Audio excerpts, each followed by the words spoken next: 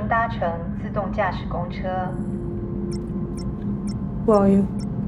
Why do you keep staring at me? 你长得很像我认识的一个人，很久以前。Someone you love?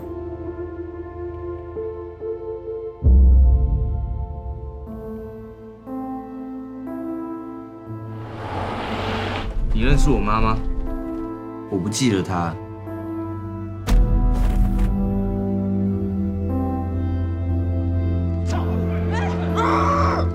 所以你还是没有话要跟我讲。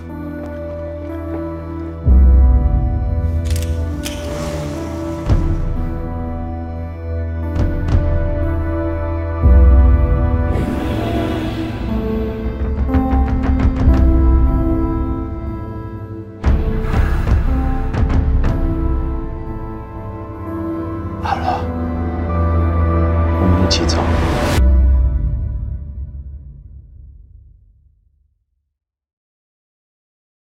Et salut à tous, on va se retrouver aujourd'hui pour parler du film Face à la nuit, un thriller chinois réalisé par Wi Jing-ho, avec à son casting Jack Cao, Lee Hong-chi et la française Louise Greenberg.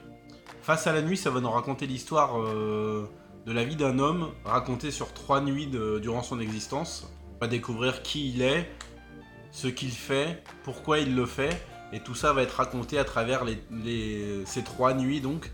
Ces 3 étapes très importantes de sa vie étalées sur toute son existence. Et on va donc le suivre pendant ces 3 nuits, les 3 nuits les plus importantes de son existence en somme.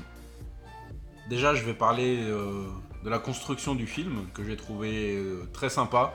Alors, c'est rien d'extraordinaire, hein, c'est switché, un petit peu monté à l'envers. On va commencer entre guillemets par la fin et finir par le début. Ça nous permet de voir d'abord, entre guillemets, d'abord les conséquences et ensuite les causes qui ont poussé le personnage à agir comme ça. Alors il n'y a rien de fou, hein, y a beaucoup de films qui sont montés un petit peu dans cette espèce de désordre narratif. Je pense notamment au très bon 21 grammes. Et ici au final, si l'histoire est assez basique, le résultat est vraiment très bon. J'ai vraiment passé un excellent moment devant ce film. J'ai pris énormément de plaisir à suivre le personnage, à le comprendre, à le voir entre guillemets se construire, se déconstruire, affronter des traumatismes, comprendre, découvrir et comprendre ses obsessions. C'est vraiment très bien mené et l'acteur qui joue le héros Dong Li est vraiment excellent. Il a une espèce de côté un petit peu fragile et en même temps on sent que c'est quelqu'un qui est complètement sur le fil du rasoir, qui est prêt à vriller si on lui en donne l'occasion, quelqu'un qui va vivre dans les souvenirs, dans la rancune aussi. Et vraiment le personnage est bien construit et c'est un plaisir de le voir évoluer. Et le film est très bien réalisé. Alors ce qui m'a un petit peu manqué, c'est que j'ai trouvé qu'il n'y avait pas assez d'images larges ou globales sur la Chine. La caméra suit d'assez près les personnages et il n'y a pas de... Ça aurait pu être pas mal qu'il y ait des plans larges où on voit le personnage marcher dans des grandes rues, au pied de grands immeubles, de grandes usines, comme la Chine, ces paysages de la Chine urbaine qu'on voit un petit peu froide, un petit peu déshumanisée. Ça aurait donné une petite plus-value supplémentaire au film. Là, la caméra suit vraiment les personnages de près. J'aurais aimé un petit peu plus de plans larges, mais bon, on peut pas tout avoir. Au final, ça donne peut-être un film un peu plus intimiste, puisqu'on va vraiment suivre le héros et comprendre comment il fonctionne, comprendre ce qu'il a vécu. Et c'est pas joli, hein, je peux vous le dire sans spoiler. Bref, si le film n'est pas forcément très surprenant dans son histoire, ni dans sa construction qu'on a peut-être déjà vu ailleurs, ça reste un excellent thriller. Il est assez dur et bien violent, bien sombre. Il y a des scènes qui sont vraiment dures, comme Ma Bite. C'est un thriller psychologique vraiment bien construit et vraiment bien efficace. Si jamais vous avez la chance de le voir diffusé dans votre cinéma et que vous ne l'avez pas encore vu, je vous invite vraiment à y aller. C'est pas forcément un film qu'on doit absolument découvrir sur grand écran, mais si vous pouvez le faire, allez-y.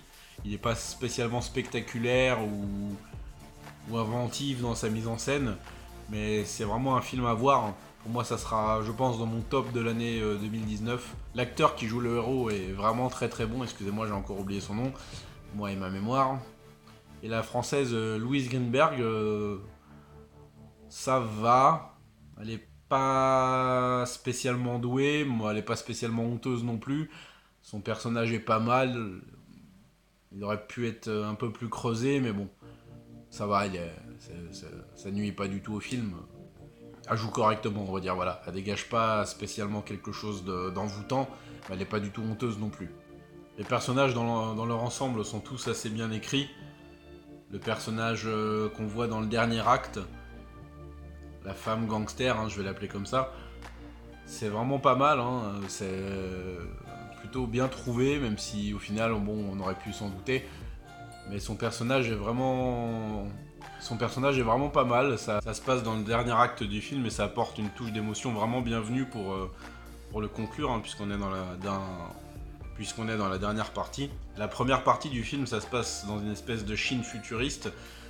C'est pas du tout dans l'excès, il n'y a pas de vaisseaux spatiaux ou quoi que ce soit, non. Ça va passer par tout ce qui est technologie, drones, tablettes, informations virtuelles. C'est vraiment pas mal. Ça aide à ancrer le film dans une espèce de réalité tangible et c'est pas mal du tout. Voilà, en ce qui me concerne, j'ai vraiment apprécié Face à la nuit. S'il passe près de chez vous, je vous invite vraiment à le découvrir, comme je l'ai dit, c'est un excellent film qui mérite d'être soutenu. Si vous l'avez déjà vu, n'hésitez pas à me faire part de vos impressions dans la barre de commentaires juste en dessous de la vidéo.